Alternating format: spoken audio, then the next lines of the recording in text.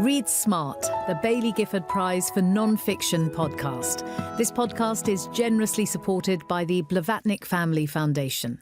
Welcome to Read Smart, the official podcast for the Baillie Gifford Prize for Non-Fiction. Now, last Thursday, the winner of the Baillie Gifford Winner of Winners Award was announced, with James Shapiro's 1599, A Year in the Life of William Shakespeare, being chosen as this year's judges' favourite book. The book explores Shakespeare's crucial journey as a writer, as well as how he became one of the most loved and treasured writers of all time. Well, I'm joined today by the winner, James Shapiro. Congratulations, James. Tell us how you're feeling. I'm still feeling quite buzzed and thrilled from the event. I don't think I've slept more than a few hours since winning it. And when you think back, I mean, it's been a few days now since your name was called out and off you went to the podium to accept the prize. What are your memories of that moment? Shock, gratitude. It brought me back to 2006 when I had first won it as a much younger writer, and a sense that it was a coin toss, really. There were so many extraordinary writers in the room who were finalists, so I felt very lucky. When we spoke last, James, you said that writing this book had changed your life. I mean, it took you a very long time to do, with all kinds of obstacles along the way of people resisting the idea that you had of writing this book in the way that you did. But you also said it was the best book that you'd ever written. I mean, this must feel like a real cherry on the cake. I think, and I know that I have good friends and many others who disagree with me about this, but I think the best work of nonfiction, at least, comes at an early point in one's career as a writer. It doesn't mean you're at the top of your game as a writer, but you stand in relationship to your field of expertise, in my case, Shakespeare, at an oblique enough angle to see what's wrong with the dominant ways of thinking and writing about that author or that subject. So I was very lucky to start this book in my late 30s and finish it around the age of 50. Had I started it now and finished it, say, 5 or 10 years from now, I think I'm too well settled in the profession to have written as edgy and as insightful a book. So I'm still writing. I came back from winning the prize and was writing on the flight home, and only stopped when I entered the rehearsal room of Hamlet, which I went to right after arriving at JFK Airport. I still have books to write. I hope they're as good as 1599, but I know there's something special about a book you write at a formative moment in your development as a writer.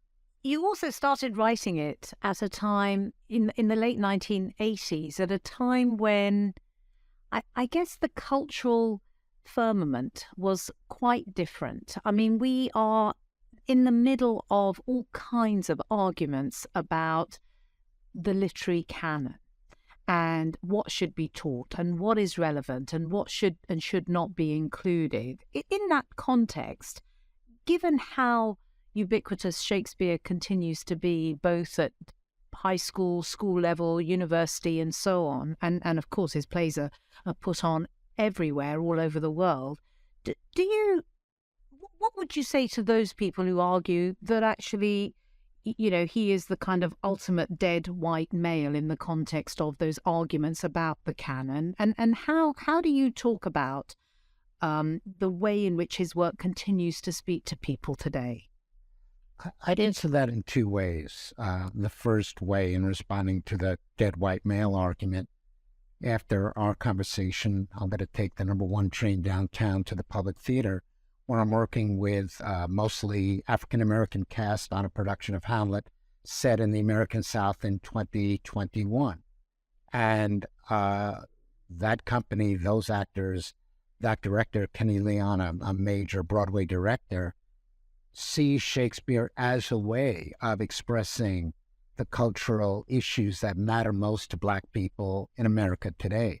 So if you want to get rid of Shakespeare as a dead white man, you not only have to argue with conservative politicians who fetishize Shakespeare, but with practicing artists who find his work a tremendous vehicle for expressing issues that might not otherwise be easily expressed. I was just going to interject there, really, in the context of what you have done with this particular book is also seems to be antithetical to the other thing that we see all the time, which is that so much of art and literature is seen through the lens of contemporary ethics and contemporary values. And how useful do you think that is? Can it sit side by side with what you have tried to do, which is to attempt to get people to immerse themselves in the contemporary life of Shakespeare, the social and political context, and then have a kind of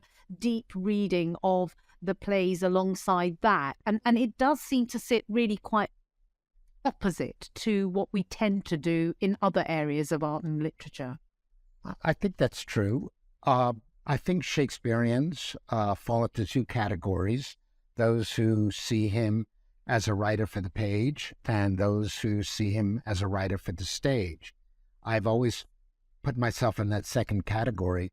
These plays only exist in particular cultural moments, and it is that aspect of Shakespeare, whether that cultural moment is 1599, which I spent many, many years researching, or 2023. And I think the pleasure and the challenge for anybody who turns to a Shakespeare play is to experience him in the present while fully informed about that past. Do you find yourself turning to Shakespeare when you look at contemporary politics, say contemporary American politics, of which quite a large part could be put in the kind of realm of both tragedy and comedy? About once a day, I get in my inbox an email from a journalist saying, "Is politician X King Lear or Hamlet?" And I get on the phone with a few of them, and these are really distinguished journalists, and I explain that that's the wrong question. What you really want to do is get deeper into what it means to be Shakespearean. Shakespeare, comedies, histories, tragedies, his plays feature failed leaders. Most of his plays, Shakespeare's interested in how leaders fail. He's not interested in how leaders succeed. And if you begin to look at that, you begin to see that what allows powerful people to gain power doesn't necessarily allow them to retain that power, whether it's Elon Musk or Boris Johnson. The mighty fall, and Shakespeare is quite interested in that process. If you want to understand the issues of leadership today, it's not in a celebratory way, but Shakespeare, more than anything else, was interested in failure, was interested in overreaching. And do you think that in many ways what you appear to be saying is that this is in some way how Shakespeare should be taught to students, and you could argue that actually he isn't taught in that way at all? He is not taught in that way. Perhaps in a few business school classes that I've taught at the Columbia School of Business, he is taught that way. I think we want to see Shakespeare in a celebratory mode rather than in a critical mode. And there are many, many ways in which his plays can and should be taught today that probably are not being utilized. But I think and I hope that when journalists turn to Shakespeare, they turn to him not to plug in particular individuals that they remember from reading in school decades ago, but reflect upon what's really quite brilliant in his plays about political process.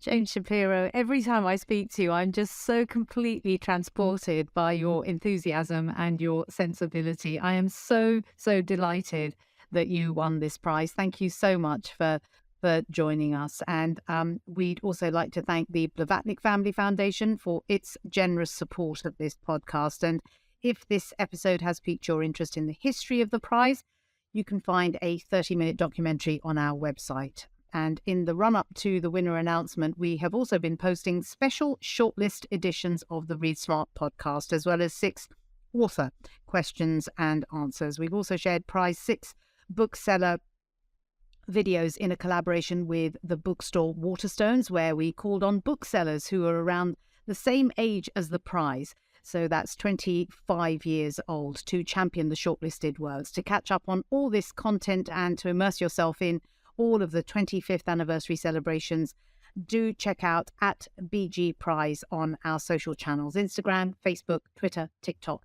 and YouTube. Once again, James Shapiro, congratulations and thank you so much. Thanks. It's been a pleasure. Read Smart, the Baillie Gifford Prize for Non-Fiction podcast. This podcast is generously supported by the Blavatnik Family Foundation.